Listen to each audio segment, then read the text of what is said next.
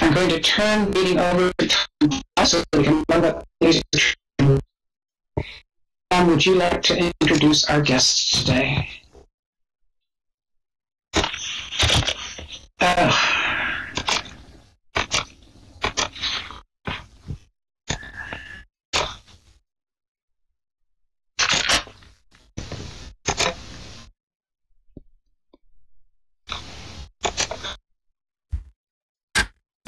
Hello, everyone. I can try to type myself a little.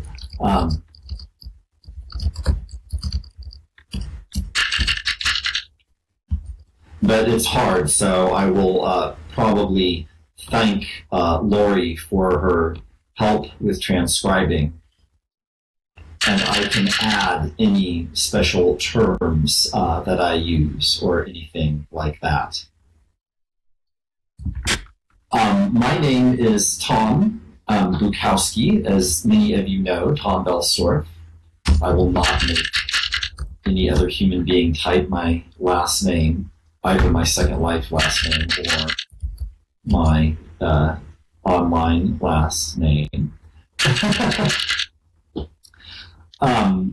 Trady, who you see sitting here with me, and I have been doing a research project for almost 3 years in Second Life, and both of us have individually spent more than 10 years in Second Life.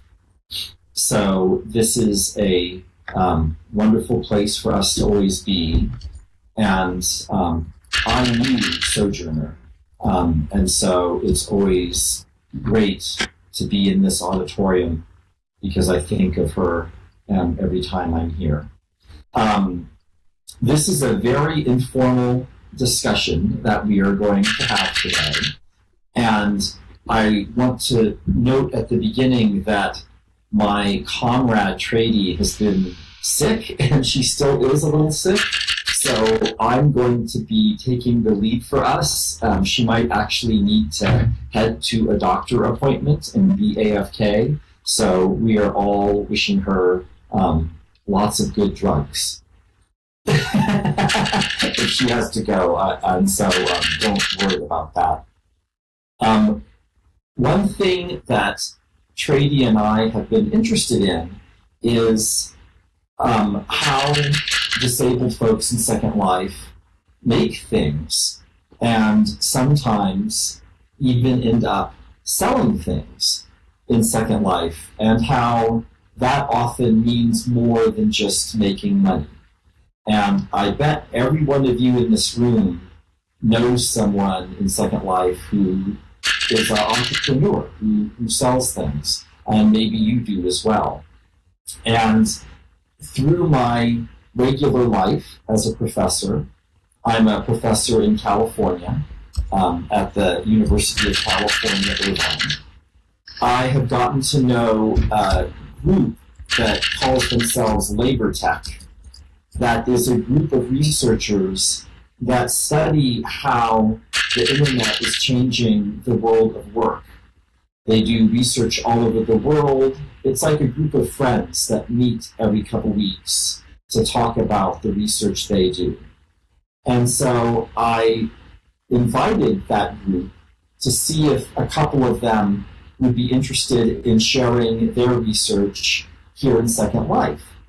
And we have two people, Michelle and Winnie, we can call her Winnie, it's easier to type, who agreed to come today into Second Life and talk about their research for a little bit with us. And so what I would recommend we do is maybe start with them, and they could each talk for just 5 minutes, whatever, 10 minutes about their research, and we could ask them questions. And then if there's time afterwards, I could talk about the research that Donna and Trady and I have been doing here in Second Life, if there's time. And Trady can as well, of course, it's just that Trady is sick. And if this works, we can tell the Labor Tech group And we maybe could get some more of them to come in the future. There's at least 20 members of the group, maybe. Winnie will know. Since they are interested in technology, this is a cool way to build community and share ideas. That was my thinking behind this experiment. So, without further ado, maybe Winnie or Michelle could step up here and just say hello and talk about their research and a cool way to know if your fingers are getting tired, and I could take a 10-minute turn typing as well. I know how much work transcribing is, so I'm happy to take a turn. Just let me know if you want me to do that.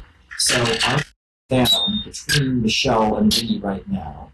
And so, Winnie or Michelle, if one of you would like to talk, there you go, Winnie. Just I'll go first. All right. Okay. I'm so proud of myself. I can stand up. Hi, everybody. So my name is Winnie Poster, and I teach at Washington University in St. Louis, Missouri. Go ahead and just head on. And I'm so thrilled to be here today. Thank you so much to Gentle Heron for having us, and for Lori Vaughn for transcribing. I'm just so impressed and thrilled at this whole organization and how it's working.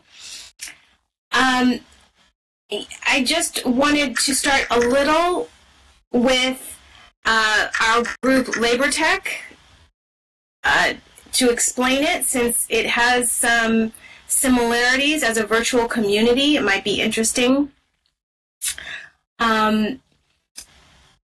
That we started over 5 years ago, just with an interest in how different forms of work are now being done on and through technology in many forms, through cell phones, through the internet, through computers, through artificial intelligence.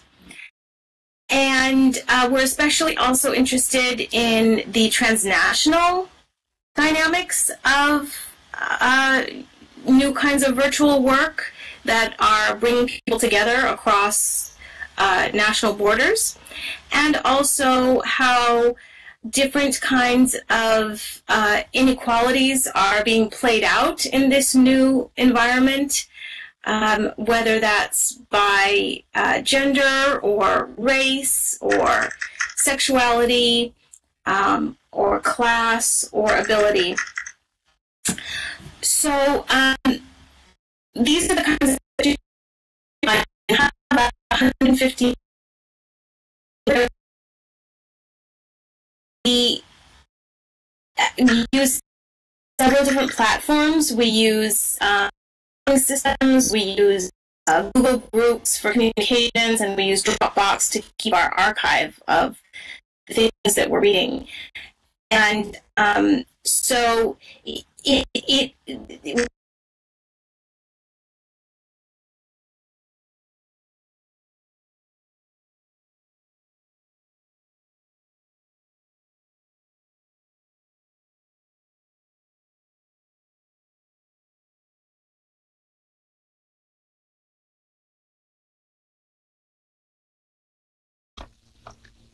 Winifred, we've lost your sound. Oh, there you are again. Okay, thank you. No, my connection's not so good. Being here today has a unique advantage of, really being able to engage with other people and to see other people all in. So I thank everyone for that. So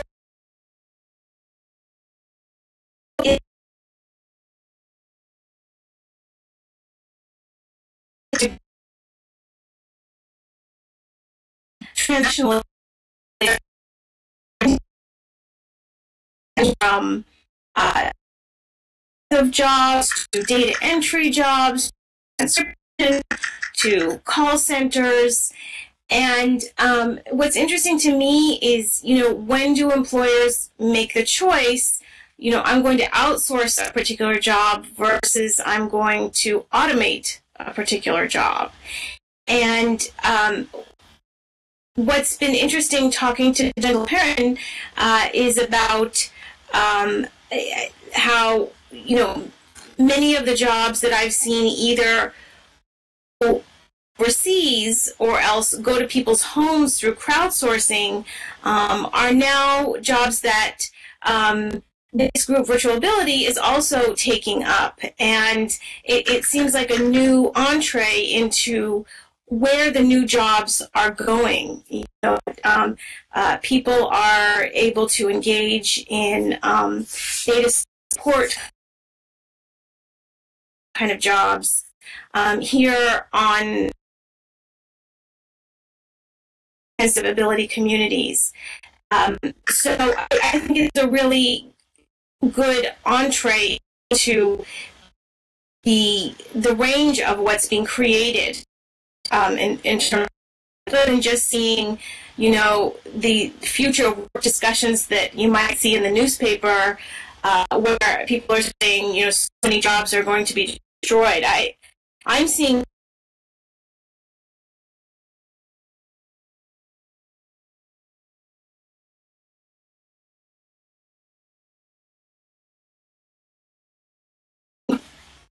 how different groups are benefiting or not benefiting from these new jobs, and some of the trends that are a little bit disturbing are those where workers are not seen as workers anymore. They're classified as independent contractors and not as employees.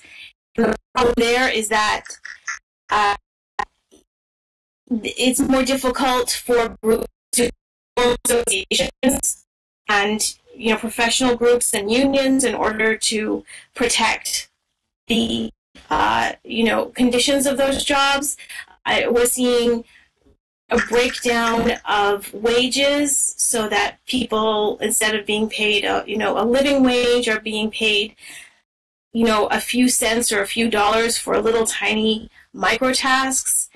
And we're seeing the workers become invisible themselves through various kinds of technological platforms where sometimes the employer now and the worker don't even know each other, won't see each other at all. And because of the platforms and the way they're structured, can't even talk to each other, as happens on things like Amazon Turk, if you've heard of that. So those are kinds of concerns that we're having, and I'm so excited to hear from you all if you're engaging in any kinds of entrepreneurship and how you're doing that and how you feel about it. Tom has been filling us in, and it's just a wonderful and fascinating story, so I'd love to hear firsthand from you as well. Another member of our group will talk now, Michelle. And Becky Marshall, if you are here and you would like to talk about your work, then please come up to the podium area and sit up with us. I think Becky is Beckel, so if Beckel would like to come and sit up on the front, that would be great.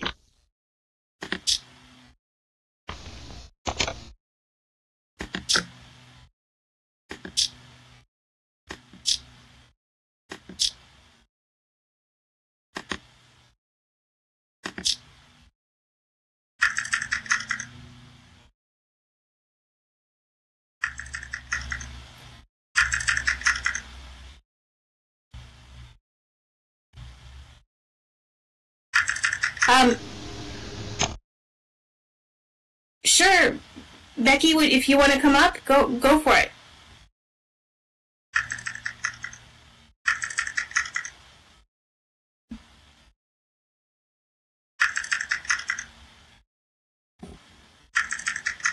Oh, can you hear me? Yes, I can hear you. Okay, great. Hello, everyone. Thank you so much for inviting us. I'm a new member of the Labor Tech reading group and discussion group. So thank you, Winnie, for inviting me to this event. And I'm really excited to be here. I've been on Second Life just once before for a brief moment, and I've always been personally interested in virtual worlds. I grew up on the internet. But I'm currently a graduate student at the Illinois Institute of Design, getting a Master of Design degree, and I am learning more and more about disability and design. I have a reading group with about 2 other students and 1 faculty member about disability and design, and it's with people at my school, the Institute of Design at IIT, as well. Thank you, Lori. It's with students at my school, the IIT Institute of Design, as well as students at the School of the Art Institute of Chicago. So we're both here in Chicago. And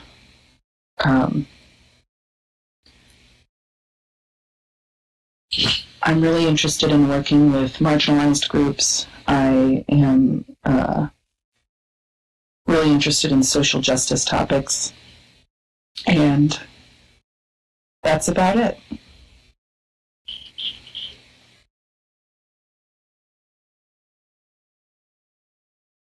Thank you, Becky. Our audience, I'm sure, will have some questions for you at the end. And I think if you would like to stand down from the podium and sit with us, it can be Michelle's turn. All right, let me get closer to the podium. All right.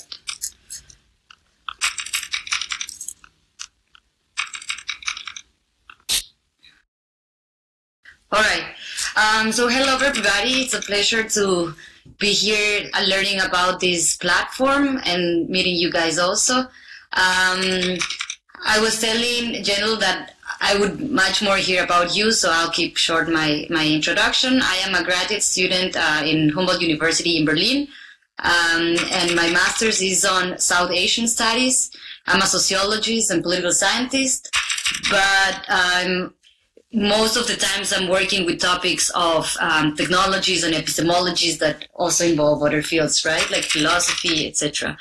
And my current dissertation is about the smart cities paradigma, which is kind of a global horizon, not only the United Nations, the World Bank, but also many corporations and consultations and municipalities from all over the world are talking about how the future has to be urban, it has to be digitally managed, and most of like the novelties in this system are supposed to be big data analysis, surveillance in terms of, not only CCTV cameras, but also a lot of sensors in order to make certain technologies more effective, it is argued, in order to provide services in a more effective manner. Well, this is the top-down discourse, right? So I'm actually checking at the case of India that is special because of the magnitude of, or the scale of the program. They are not talking about smart cities in just a general, broad manner, as a possible paradigma, like similar than to how many people talk about sustainability, but are simply engaged on developing 100 smart cities. And in the beginning, it was about constructing certain cities from scratch, but eventually they realized that is too difficult, and it was actually never the real. I'm starting to realize, because I've followed the policy for the last almost 3 years now, and the policy is supposed to be accomplished 2 years from now. So actually, you don't see much transformations in terms of infrastructure.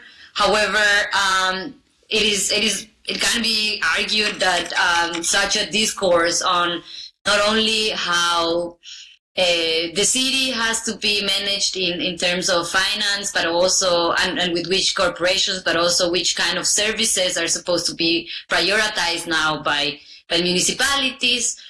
For instance, apps and like kind of accountability are through apps are supposed to recreate an idea of having an e-democracy that is not certainly there, right? So that is what I follow in a specific city, which is Chandigarh, is famous to most of architects in the world because it is kind of the only city, or India was the only, its President Nehru was the only place that gave Le Corbusier, this very famous architect, that much freedom of creating or constructing the perfect city according to Le Corbusier from ground up, right? And well, it seems that struggles for land and recompensation of land have been present the whole time since these 30 years or almost 50 years now that the city was constructed. So in general, I take a case that is very much discussed on top-down modernist planning, and kind of compare not only like from my opinion or from theoretical opinions about academics, for instance, academics' opinions about modernist planning in the 60s and modernist planning today, which involves a lot of digital imaginary. Not always getting materialized, but at least in the rhetorics is there, right? I compare how activists and critical citizens react to this policy and keep on reclaiming, in most of the cases, in a very physical manner. So you have cases of activists working towards, education, towards arts, poetry, theater in general, like these. You can see that even in a city that was supposed to make the involvement of the citizenry redundant because it was so perfectly planned, and only upper class bureaucrats would inhabit it. Still, with the years and with the transformations that go around not only Chandigarh, but like in general in whole South Asia and in the globe, kind of create a lot of pressure, especially from people, from migrants and from students, people who are, definitely is education and the capacity of providing now education certificates is kind of what really empowers activists in many domains, especially on law, on housing rights, and on arts, to keep on reclaiming the right to the city in a very critical manner against this, like most of the cases entirely neglecting the e-democracy or these rhetorics about, kind of a digital utopia within the already master planned channel. That is more. If you have any questions, I'll be super happy to respond them, but also super glad to listen to you guys. I'll be sitting now, right? You can sit, and I can talk just really briefly a little bit about some of the research that Trody and I have been doing, and he's sick, so it's fine for it to just be me. We'll see if she's up to adding anything, and then we can just have an open conversation, and I'll get out of the way so you can grab a seat. And thank you, all three of you, for joining us today. It can be fun to talk about things in Second Life, just about Second Life. So that can be a nice thing about a virtual world. What I will mention just briefly are some highlights of research that I've done in Second Life with Katie, and in particular about entrepreneurship. He just mentioned ideas, and then we can have a nice general discussion. So I am an anthropologist. As I mentioned, I teach at University of California, Irvine. And just two basic things that anthropologists always know. First of all, the domains of our life are leaky. The way that you think about religion shapes the way that you think about economics. The way that someone thinks about gender shapes the way that they think about labor, right? We don't have walls inside of us, right? So the different areas of our life shape each other. And the second thing that anthropologists and also sociologists, other people of course also, is that in life you get lots of unexpected outcomes. Things don't always go like you think they will. Even governments and corporations that have a lot of power can't control everything, and things sometimes go in different ways than you expect. So with those two things in mind, one thing I've been looking at in the last couple of months is entrepreneurs in Second Life, which is a word I can never spell, I just tried, but you know what I mean. As Winnie mentioned, one way that technology seems to be changing the world of work all around the world is this shift from people being workers who work for a wage for a company into people thinking of themselves almost like they're a business, like they're an independent contractor who is selling their work to other people, right? So that instead of being a worker who works for a wage, you sell your services, so to speak. And as Winnie mentioned, one way that that is dangerous is that maybe you don't get health insurance, right, or job stability, because the boss thinks of you as someone who just, works for a short amount of time. So Second Life is created around the model of user-generated content, like Facebook or Twitter. The idea is we make a lot of the content. This beautiful auditorium was made by Gentle and iSky and Emmy and Luke and so many people from the community made all of these things. We've made this event that we're talking today, right? Linden Lab, the company, didn't make it. So not everyone makes things in Second Life, but lots of people do. And people sometimes end up selling things. And folks with disabilities sometimes sell things, and in some cases they can make quite a bit of money. But in my research, I got interested in also the example of a lot of disabled folks who are entrepreneurs that don't make very much money. Sometimes they even are losing money. But what they are getting is meaning in their lives from creating and selling and doing things in Second Life that from an outside perspective it might look silly. You're losing money. Why are you doing that? Or you're making $10 a month. But that misses something about how entrepreneurship is not just about cash. That's important, obviously, but it can also be about community. It can be about working together. It can be about unleashing your creativity. It can be about the happiness of seeing other people enjoy what you have made.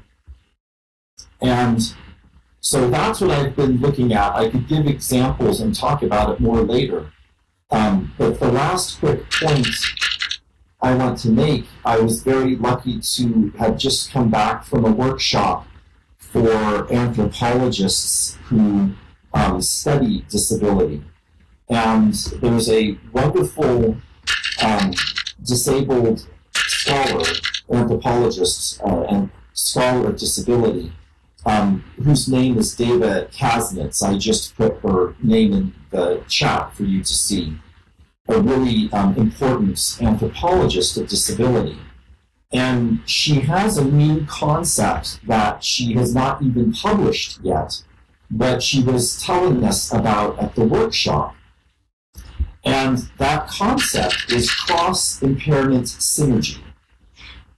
And by that concept, she is interested in how people with disabilities with different kinds of impairments can sometimes do things or create new possibilities that they would not be able to do otherwise.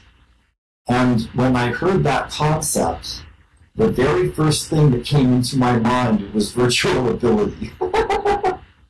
What a great example of cross-impairment synergy. And when I think about entrepreneurship in Second Life, I can think of many examples of that as well. So I will leave it at that. And as I mentioned, Trady is, she's been sick, the poor thing, and so she may have left for the doctor's office already. If you haven't, oh, you're here. Hello, Trady. So if you would like to add a few words, that's fine, but I know you might not have much of a voice. So if you want to just comment in the Q&A, that's fine as well. Okay, great. I've stepped down, so go right ahead. And then after Trady is done, we can have some discussion, which is the great thing about doing this in Second Life, is we can hear back from all of you and we can all talk to each other. Good morning, everybody. Indeed, I have been battling bronchitis for about 6 weeks, so I don't have a lot of air or voice, but I'm really grateful to have Tom and Winnie invite me to participate in this, as I've not been part of their labor and tech group, but have been working with Tom now for nearly 7 of the 10 years I've been in Second Life. And one of the things that in the course of the work that we've been doing, and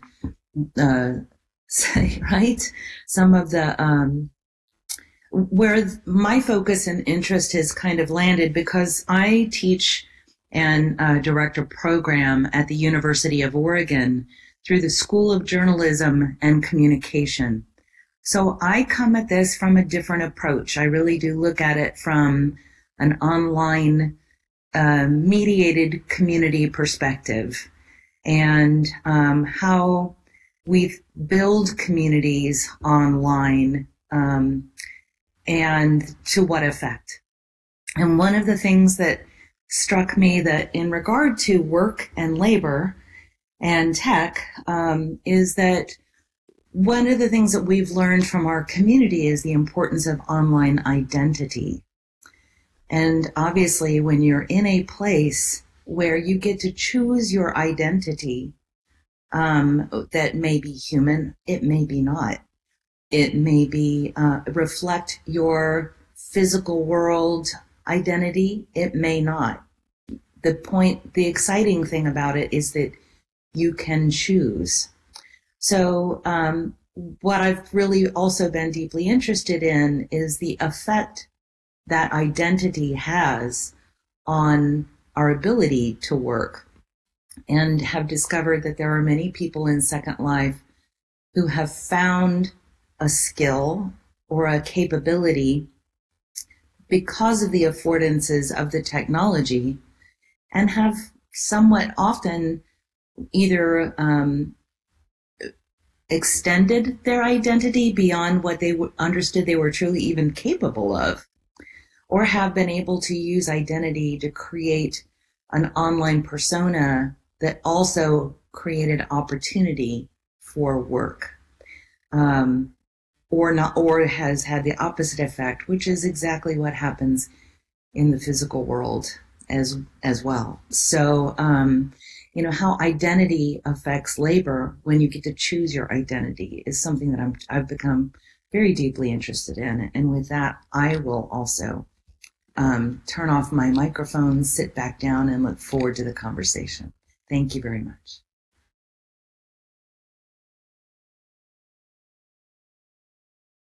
Thank you to all our speakers. This is now going to be the time for audience participation, and I pulled out people's comments that have been put into the text so far so that we can start the conversation with those. I'm going to start with a question from Treaty. She said, I'd love to know how many people in the audience currently are working online or in Second Life. And I want to ask Treaty if she's going to include volunteer work in that question or just work for hire or for money.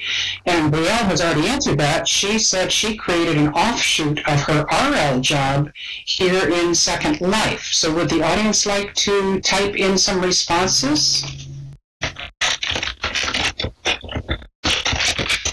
Good. And Treaty is saying all work, volunteerism is a form of work.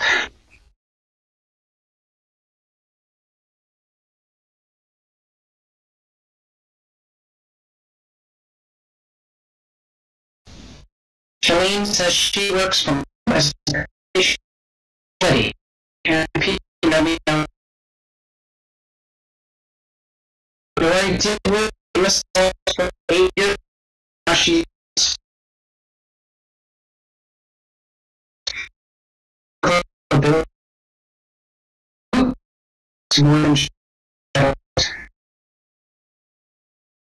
Ghost has beautiful animals and a shop sells them.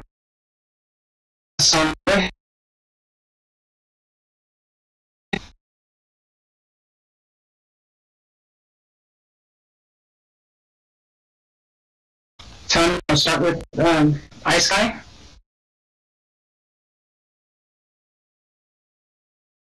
Sure, you were breaking up quite a bit. Let's see how I'm doing now. I have to scroll up just a bit here.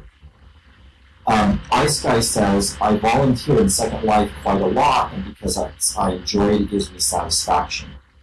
Buffy says, I do a lot of volunteer work here for the nonprofit commons and many of the conferences such as Virtual World's Best Practices in Education, which is going on now, and a pitch for everyone. Check out that conference, including our guests today.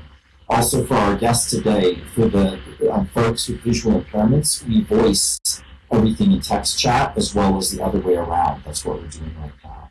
Sophia says, I work in media in Second Life. Some of it's paid, some of it is a portfolio to attract clients, and some is for fun. Lori Vaughn says, I'm working now, and you certainly are, but volunteer for Virtual World's Best Practices in Education as well. Polaris says, there's a big community of DJs here in Second Life. Rhiannon does, she says, I work as a freelance designer, video media producer for clients. And also my work crosses over into Second Life too, both organizing events and community.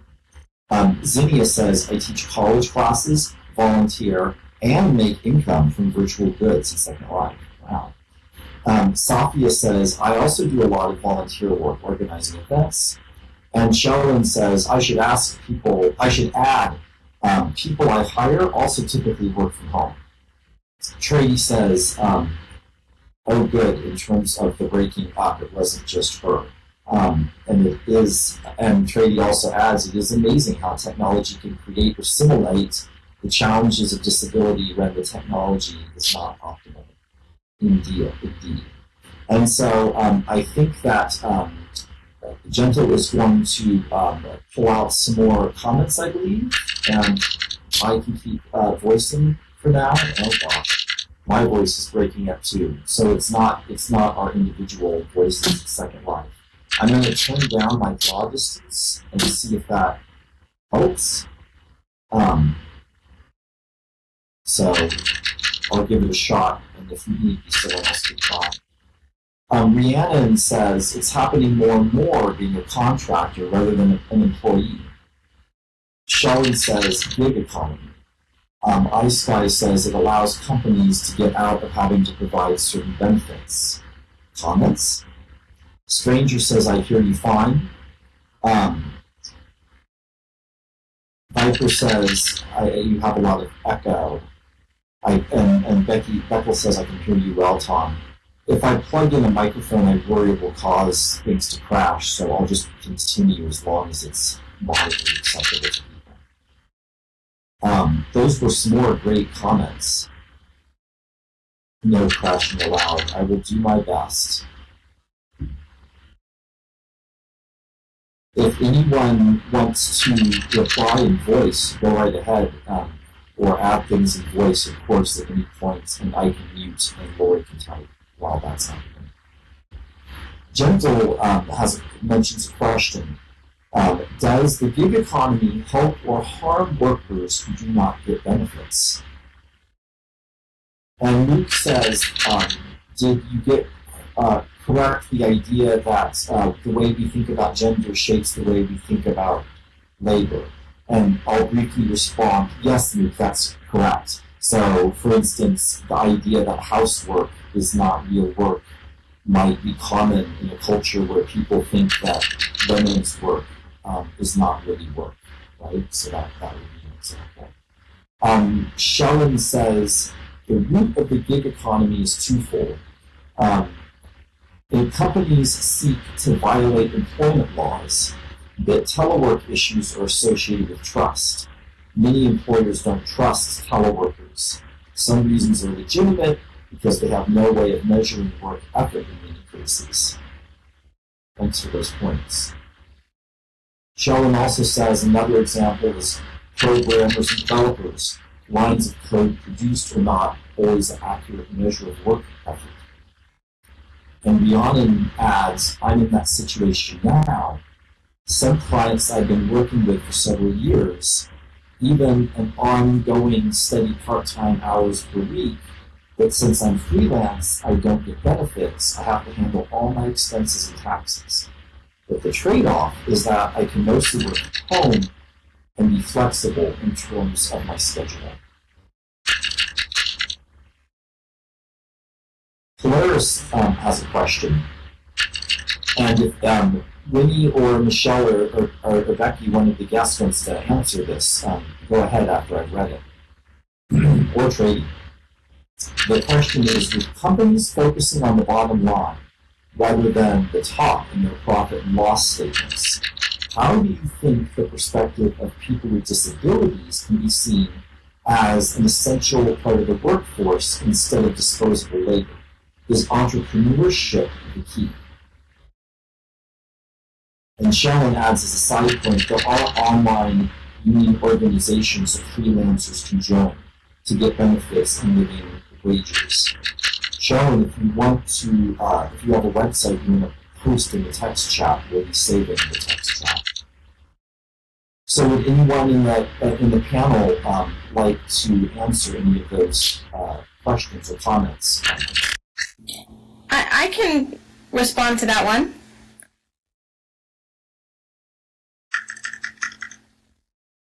Is that okay? Yeah, go ahead. I'll talking and Lori will type what you said. I think that question is exactly where we need to be headed, because right now the U.S. state, the government, is not looking at disability, people with disabilities as workers. They're seeing them as under this category of, people who need disabled benefits, who are taking from the state rather than, contributing to the economy. And so one of the chapters in this book that I've done with two co-editors is on sheltered workshops, which is how the state has been dealing with disability since the mid part of the last century, as to create these manufacturing factory sites where they bring in disabled workers and then pay them far below minimum wage, and this is legal. And I think right now, with the advances in technology and the new ways that people can actually engage in work, this is the time to sort of rethink that model and to show the many different ways that people can engage in entrepreneurship and employment, whether that's for an organization or whether you're self-employed. But I think that whoever that person was who asked this question, they're exactly asking the right thing at the right time.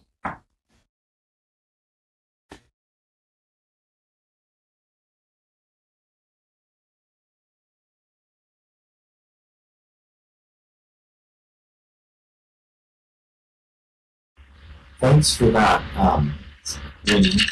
I will be the host for the moment because I'm not sure if Gentle is still prompt or not. Would anyone else like to comment on that? Any of the other guests on any of those things? Or Gentle could probably put some more questions into text chat if she would like. And there's been a lot of interesting side chat happening, as often happens. And so let me just give a couple of those things, reading back. Trady made the point that paying people with disabilities far below the minimum wage is legal in the United States, and sort of commented on those. Sharon said, I think the most important thing employers can do is to be proactive in providing benefits and living wages, because there's no laws that prevent us from doing so. And people should spend their dollars with those employers as a preference. Buffy has a question. Do you think that the upcoming changes in technology in regard to the increased use of robots and artificial intelligence will impact the workforce for the better or worse? Wow, that is a very good and big question. And then there's a couple more comments about like work sheltering things for caregivers, how in the U.S. the work of people with disabilities is undervalued, and additionally, some workers can be paid below minimum wage, for instance, waiters in a restaurant. And we were talking about like gender and also caregiving. Mook and Ghost and many people talked about how it can be thought of as babysitting for adults with disabilities. Gentle mentioned that. Buffy, so we did Buffy's question. Ghost added, I know a woman who can have a life of her own now that her disabled daughter has a job, and she was so happy with her first paycheck that she took her parents out to dinner at McDonald's. And Gentle says, great example, Ghost. I think I caught all of the text comments. I apologize if I missed something. So would someone else, Michelle or Becky, like to, or Trady, like to comment on something, or would Gentle like to put something else in text chat? Dory says, by the way, sometimes the pay isn't just dollars and cents, it's also being part of the community. And yes, that's something I've been very interested in, like I mentioned earlier. That often comes out. Sure, so I'd like to respond. This is Becky or Beckel. I want to respond to a couple of comments that I saw. I'll try to speak slowly. Thank you, Lori. So one comment that I saw that brought something up for me was someone's, it seemed almost like outrage, right, that people are getting paid less than minimum wage and it's legal. How can that be? Seems like a contradiction. And that's a really good point. Something that made me think of with, like on the theme of social justice, is that's a common complaint with prison abolitionists, people who are critical of the justice system, the criminal justice system, because of course people who are incarcerated, prisoners, also work for much less than the minimum wage and are sometimes paid as little as pennies for their labor, or paid, sometimes less even than that. It's the subject of a great book called The New Jim Crow, and it's this idea that people of color are an outsized percentage of incarcerated people, and prisoners are made to labor under these conditions, and it's almost like a new form of slavery. So I wanted to bring that up. Another thing is thank you to Ghost and to the other people who brought up that these workshops, these government sanctioned workshops for people with disabilities to work, can be both kind of outrageous in this idea that these are people with disabilities whose work is valued less than what we would say is the minimum wage. On the other hand, these workshops and these labor setups can be great, blessings for people, like that McDonald's story that was really cute. And also that there's the possibility for community and kind of solidarity and mostly just community, right? It's that idea of you're potentially profiting more than just money. As for the question, I forget who asked it, about artificial intelligence and robots and automation and the future of work. That's a question that I have been spending a lot of time on in my time at graduate school here at the Institute of Design. I'm a design student, and usually people ask me what kind of design, right? Is it fashion design, graphic design? Well, my school is very broad, and in fact, one of the academic disciplines that falls under the kind of design we do at my school is futures design, or speculative design, or even design fiction, which frankly looks a lot like science fiction. So one of the things that people say in futures design is that the future is not one, monolithic thing. It's not one thing. Futures is a collection of stories that we are all telling to ourselves and to other people, and futures comes from the future will come from what we're doing right now. The future is what we are doing right now. So, for example, when, if you all know Elon Musk and his companies Tesla and SpaceX, he has these narratives about, electric vehicles, space exploration, something called terraforming, where the idea is that we can go out into space, find a planet, to then cultivate into an Earth-like ecology that would sustain human life. So the idea is that, Elon Musk is telling this story about the future that, Earth is, that's true, Tom. We do lots of terraforming in SL. So Elon Musk is telling this story about the future, that Earth is doomed and that our only choice is to look elsewhere, right? And the answer to that is technology and engineering. Right? This is just one story about the future that we hear. And this is Elon Musk's kind of utopian idea of what the future might be like.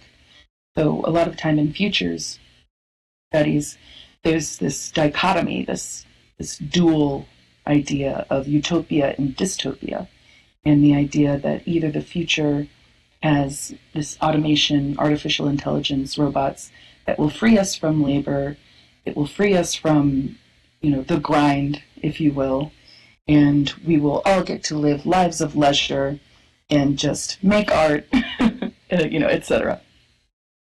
The flip side is those kinds of That's right, Trady. So the flip side is those kinds of narratives that we hear about the robots are coming and they're going to take your job, right? Like that's like an actual headline, right? Where it's fearful and it's dystopian, and it's like a lot of great novels that have been written, and science fiction novels or movies. And these are the stories that shape our future, the utopian stories and the dystopian stories. And of course, if you look at history and you look at the current world and current culture, especially speaking for myself, I live in the United States, and you could look around at our world and see aspects of dystopia, and you could see aspects of utopia. So there are these ideas that either it's utopian or it's dystopian. Either it's good or it's bad. And in reality, of course, things are just very messy and complex. And that's precisely the kind of research that a lot of people are doing in labor tech, where we're kind of like pushing into those questions and trying to find real stories of that. And I think my answer to your question is basically good question, right? Which is like typical academic talk. But I'd be really interested to hear more responses to that question too. Thank you. Thank you. I just redid my microphone, so hopefully it's a little better quality. And I will try to read through some of the comments while Lori is finishing typing up. So many good comments. I hope I don't miss any. And by the way, we can have the text chat from today made available. I'm pretty sure we can try and clean up someone's text chat. It just can't be poor gentles because of the crashing. So hopefully I won't crash. So just to read through a couple of things, going back a couple minutes, Rhiannon commented there's a lot of talk on how robots have the capability to remove a lot of manual or repetitive kinds of jobs, and that could mean even more unemployment and disruption to the economy if there aren't things like living wage laws or across-the-board retraining to jobs for a future work, that kind of thing. And Ice Guy added to that the idea of a guaranteed minimum income program that people have talked about. And she said that I think it might have been Sweden that had started that and that it had showed positive results. Mook said, yes, we need to remember that the return isn't just about cash. There's also social and cultural capital, and those can be exchanged and bartered for fulfillment, comfort, satisfaction, use, and so on. Mitch Ruiz, and forgive me if I mispronounce anyone's names, says broadly asking how or who sets what kinds of rules or laws within Second Life. Wow, that could be a 2-hour talk right there. Many people could comment on that. Dory says, related to earning money, disability benefits in the U.S. have weird calculations where earning just $1 too much means you lose the whole check for the month that it happened. It's really complicated. I had put into the text chat the website for the link to the book, The New Jim Crow, that Becky, I think, had mentioned. Trady says, right, as Tom was saying, and Mook, it's creating meaning.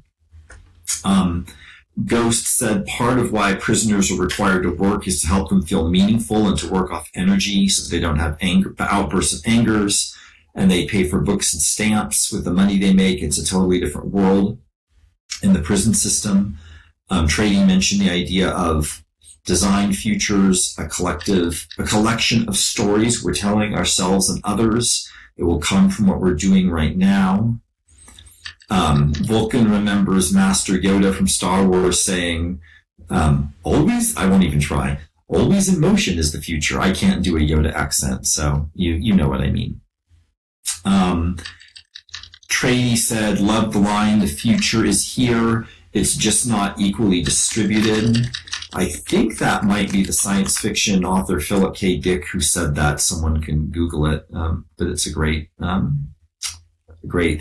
point. Now I'm trying to, oh my gosh, there's so many other great comments. Let me see if there's other things here. Trady, that's what they said about machines in the industrial era, that they'd make our lives better. Dory says Skynet is laughing at us through Alexa. Go says they're taking our jobs and it's frightening. And Shaylin agrees with the potential for universal basic income. Trady peers across the room at Alexa. I guess she has an Alexa. Vulcan wonders if any proponents of the Venus Project are here. I have no idea what that is. Maybe it's terraforming.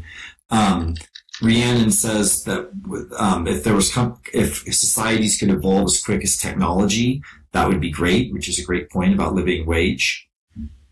Dory says Star Trek's vision of utopia was bought at a high price. Shellen says the inequality gap follows the all good or all bad experience. Trady says, isn't the Netherlands doing a good job about adopting tech in a socially responsible way? Dory says, yes, there was a World War III or World War II nuclear war. Shellen says, not to take away from realities of injustices we know are happening. We should try and look for solutions that are available. Employers should also reach out to their state vocational rehab agencies for assistance in accommodating their employees and refer their contractors because that can help everyone involved. Most people simply don't know that assistance is available, and so educating each other about our needs and accommodating those needs and pressing for disability justice is something that we don't do enough, so keep up the good work, folks. Mook says, messy and complex is one of the foundations of hope. Winnie says, tell us more about the Netherlands Treaty. Vulcan says, I think we're doing a better job. I may be in the Netherlands, but I'm not the best person to ask. Stranger says, I think it's Finland that's experimenting with it. Ice Guy says that Shellen, I happen to know my state's division of Department of Vocational Rehab doesn't help people as they used to because of lack of funding. Rhiannon is recording and streaming this presentation. Oh, thank you. I'm trying to record it as well, but my stupid recording software often doesn't work, so thank you. And there's a link there. Stranger says that I think it's universal basic income is going to be tested in part of Canada. I'm almost caught up, I think. Winnie says I should just give up if I can't do yoga. We have many Yoda comments. I'm just going to skip over them. Stranger, I guess, knows about that Venus project. So if you have a link, there is a link. It's about establishing a resource-based economy. And so I think we are now caught up with the voicing. So, and just as a quick note, it is 9:08 right now, Second Lifetime. And the labor tech discussions usually go until 10. If anyone needs to leave, obviously that's fine. At this point, would Michelle like to make any quick comments, or would Gentle put in some other text comments, or would people like to comment on a comment?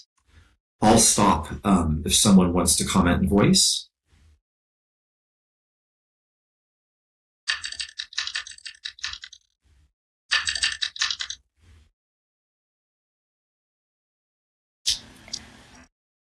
I would like to hear more about this Venus project if someone wants to tell us about it.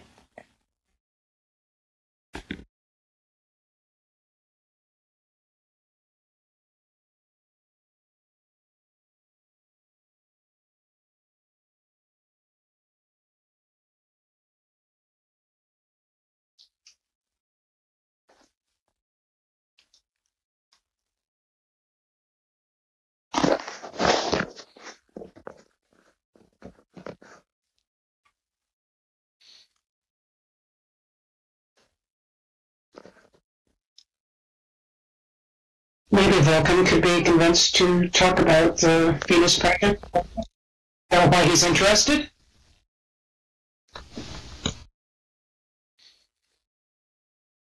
I could say a few words about it.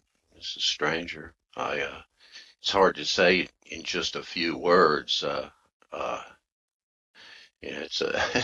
it's quite a broad vision. It's a guy named, let me see, what was his name? Jacques. Let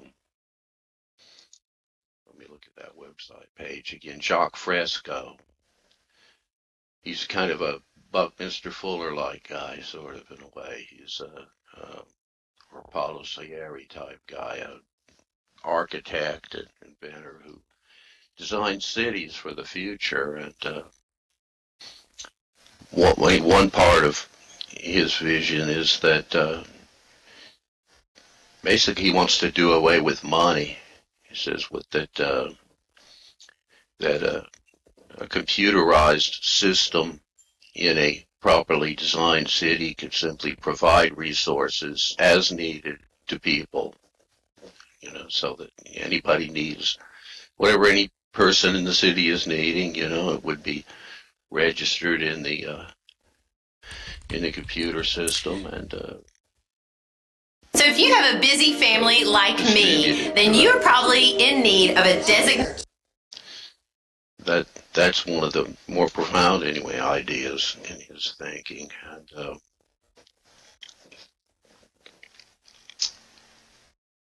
I guess I'll just leave it at that. As I said, you guys got the website there, and it's certainly worth taking a look at.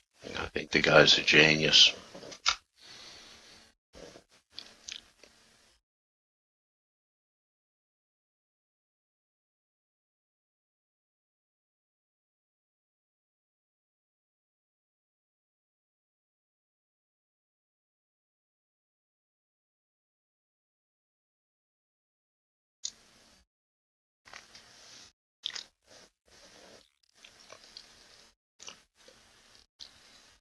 Thank you for that, Stranger. So just a quick side note.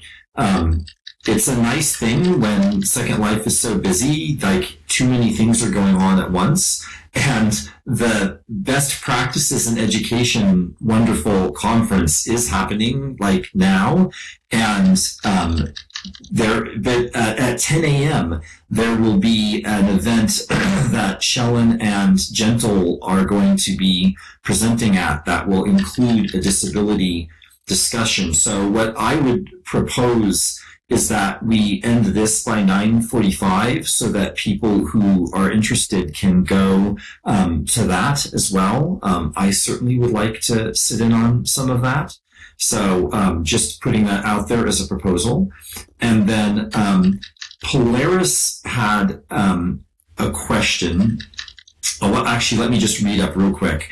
Well, actually, it was Stranger. Actually was using voice. What am I saying? So can someone repeat what Vulcan said? Yes, it was what Stranger said. It's in the text chat, Winnie. So you can see it in the text chat. And then that was Stranger, not Vulcan, who was talking. He's in a lovely blue up to if you look out to your right there. So Polaris had a question. What needs to change in mentality when technology has created a level playing field for people with disabilities? An example is blind DJs here in Second Life.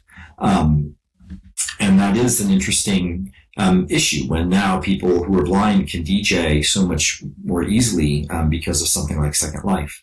Mook had a comment to Stranger that the Venus Project sounds like a Marxist economic framework and structure.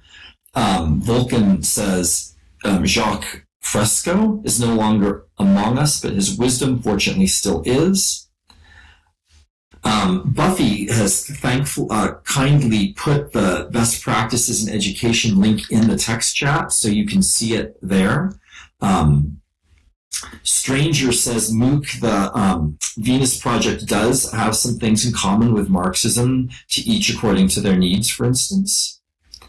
And actually, Lori, I had said 9:45, not 9:30, but you're right. We could even see about maybe ending it at 9:30 because an hour and a half is a long time, especially for people who might need to rest for a little bit.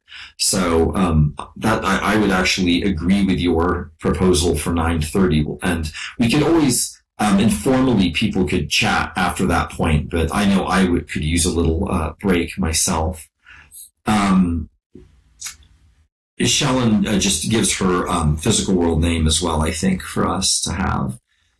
So I believe that I'm caught up with the comments. So would anyone else like to make a comment or ask a question? I think Gentle might have crashed or left, so she was keeping some of the text questions. So if someone has one, they could put it in, or if you want to use voice, Lori can type it up, and we'll just continue for another 15 minutes. I'll scoot over here by Winnie. And Shellen says, I'll send you another note card with the chat. I assume that means the chat for this entire discussion, which would be awesome. Ghost says, I need to go. Thank you for the discussion, and thank you, Ghost.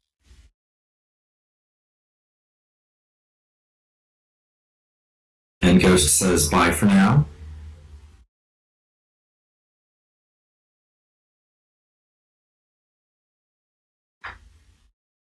We can also just wrap up now if people have run out of questions or comments. We've been going for over an hour already, it's been a wonderful discussion.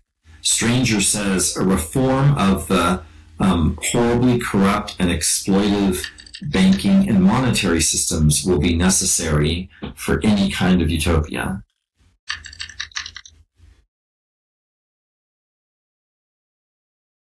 And Shellen says, delete the prior, sending new version now.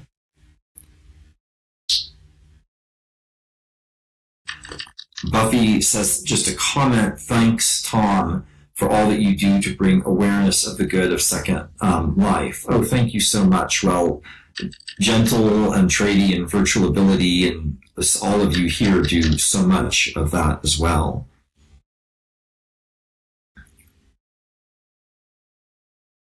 And Shellen says that's the chat from the discussion. Stranger says, as Bucky said, we have choices, utopia or oblivion. Lady thanks me as well. Thank you. And Trady, thank you. And Stranger agrees, 2 choices. Zinnia says, question for the newer people to Second Life. Does this format give you hope to empower more people? So that's a question maybe for, I won't look at anyone's res day and see how long they've been here, but does anyone, anyone at all, I guess, really, but especially those who are newer, yes. We can't hide our birthdays here like we can in the physical world. And Trady, it looks like she's logging back in, although I only see her head right now. But it's a lovely head. We're both old. I'm 14 years old, my dear. You young thing. My Abby is 14 years old, so you can probably see the wrinkles.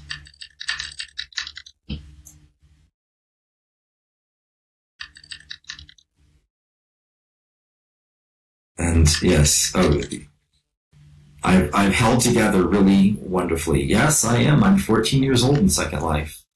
I'm a teenager. So that is quite getting up there.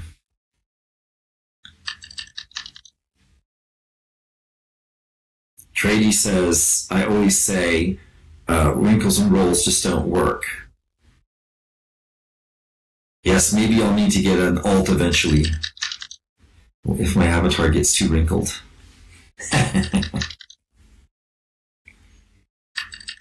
No problem. Trady says, sorry, super hard crash. I lost my internet connection altogether. Becky says she can respond to that question. So if you're going to use voice, I'll mute and Lori can transcribe. Thank you. Yeah, so that question about, the idea of like a second life, so what you asked, Zinnia, was for the noobs, that's me, does this format give you hope to empower more people? I think that Second Life is it's a great concrete example of a virtual, a virtual reality. A lot of people in my field, in the design world, talk about virtual reality as if it's, the new frontier, an unexplored frontier. And yet here we are doing it, right? And look at what it gives us. I think it is inspiring to see what this gives us, what Second Life gives. Those of you who have been here for 14 years, for example, and also, the livelihoods, right? The different kinds of benefits that you receive, whether it's money or community or self-expression or any of these other values that you might receive. But it really makes me think about what are the futures of these different types of like virtual reality systems and kind of spaces that are divorced from physical space in a sense, right? We all require technology to access this world, and there are certain physical, if you will, real life needs that we all have to be here. But to think of this, again, this beautiful like auditorium that we're in, being, and then we have like Michelle from Humboldt in Berlin is right next to me from Chicago, right? I mean, we all know that's part of the beauty of Second Life, not to mention all the things that we've discussed during this meeting. To me, one of the most inspiring things after this kind of meeting is this kind of like global ideal that something like virtual reality and Second Life can give us. This like community that is not limited to physical boundaries, and the kind of relationships that are formed, communities that are formed, and ideals and structures that are formed in the sense of like,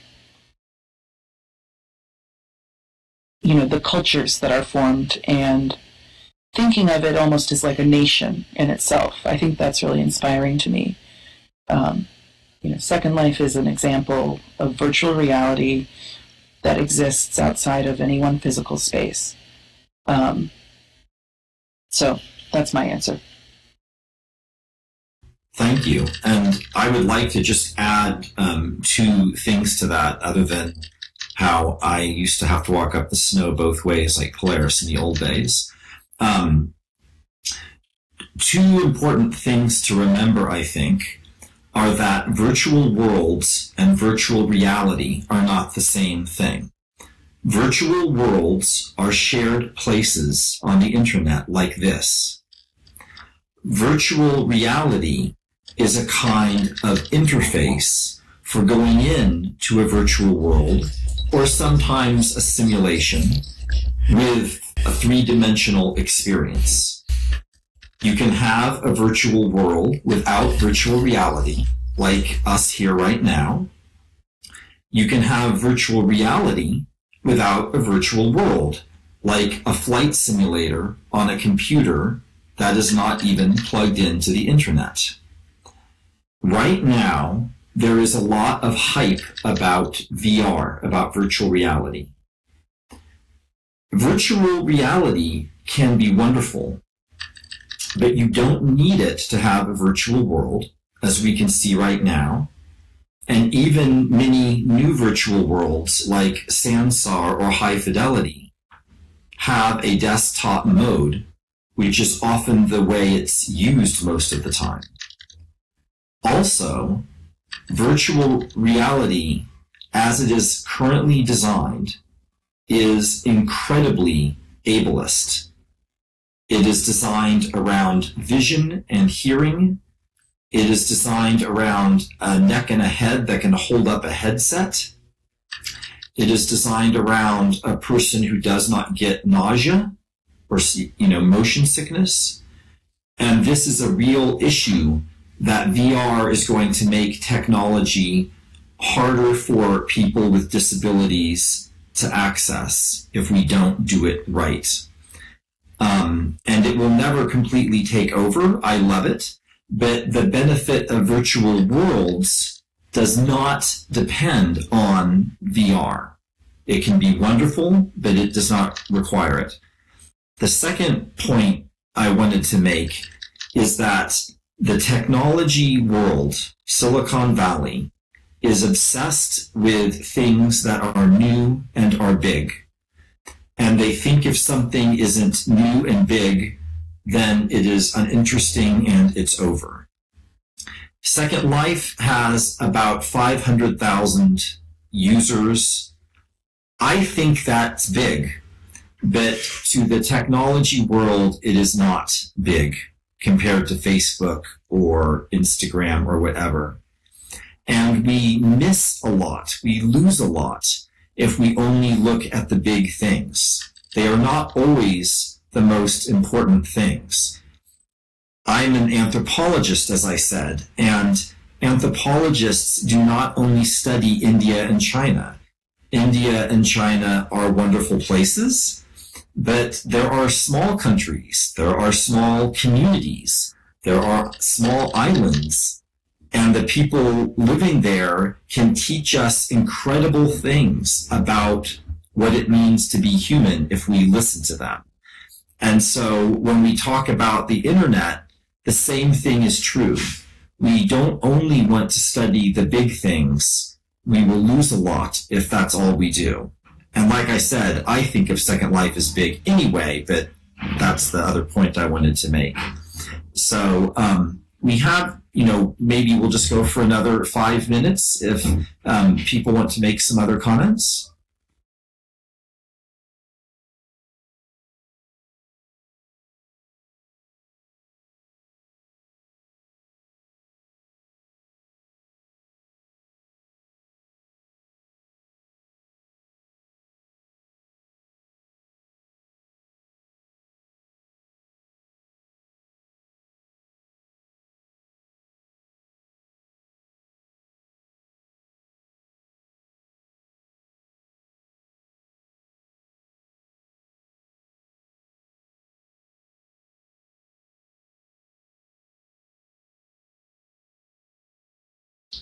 Okay, the garbage truck just left. So I will voice some comments real quick while people are talking, seeing if they want to say anything more. Winnie had asked about what countries people are from, and I think some people may have typed replies into the text chat, but if you haven't, you could do so just so that we have it saved in the text chat. Luke muses, if cash isn't a viable return for labor, what else would it be? Recognition, other forms of capital. So we've had an ongoing side discussion about these questions of money and social capital and all that kind of stuff that have been very interesting. And Luke asks about social capital. And Luke agrees that would be part of it. But would there be anything else? Trady asks about Linden dollars. Let's see now. Buffy mentions AR, augmented reality, which is also very interesting. And just like virtual reality, that AR can include virtual worlds or not. But that's also true. Trady says, I see VR as the paper. Virtual worlds are the plane made with the paper. Wow, I have to think about that. That's very poetic.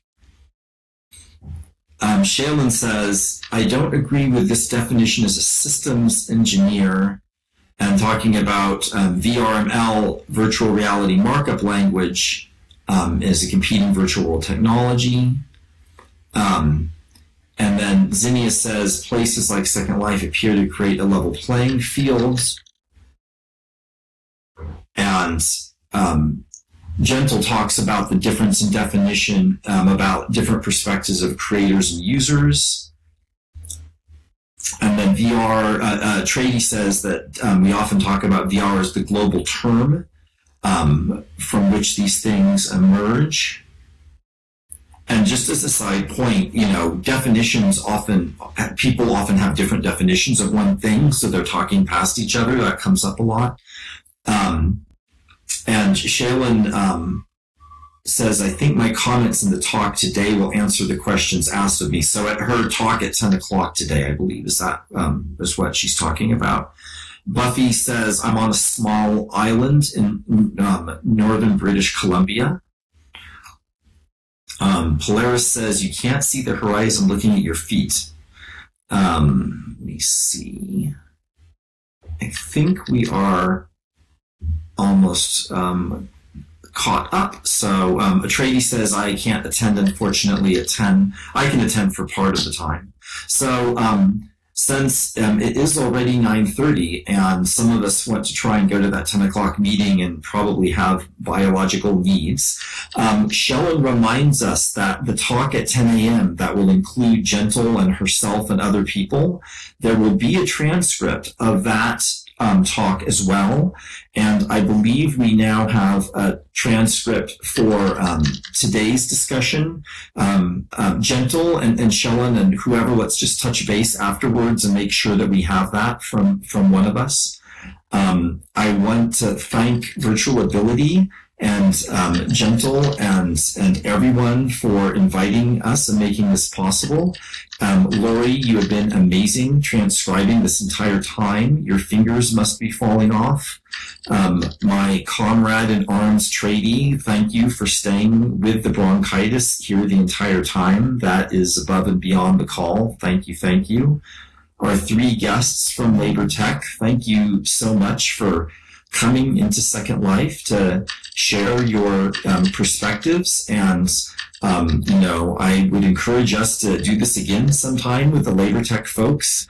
We can do it on a beach sometime. We can do it on a mountaintop. There's so many great places in Second Life to hang out, and we can do it right back here and have a wonderful audience like we had today. So my final thank you, I believe, is to the audience and everyone who came and shared all these great ideas. And I think some of us will be following up with each other. So thank you, everyone, for coming. And I had a wonderful time. If I forgot anyone, please mention them. But thank you all so much. Really fun discussion. And so now we can just have open chat. I'll sort of stand up to mark the fact that we're now in an open chat time. So if anyone needs to log off, please feel free to do so. I will be logging off in about 4 minutes, but I'll stay for a little bit in case anyone, wants to chat informally. So thank you, everyone.